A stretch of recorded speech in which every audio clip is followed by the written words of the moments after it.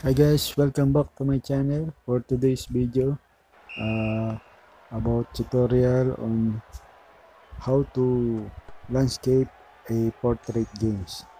So just follow the steps guys, so it is very easy. First, we will download the application from Google Play Store.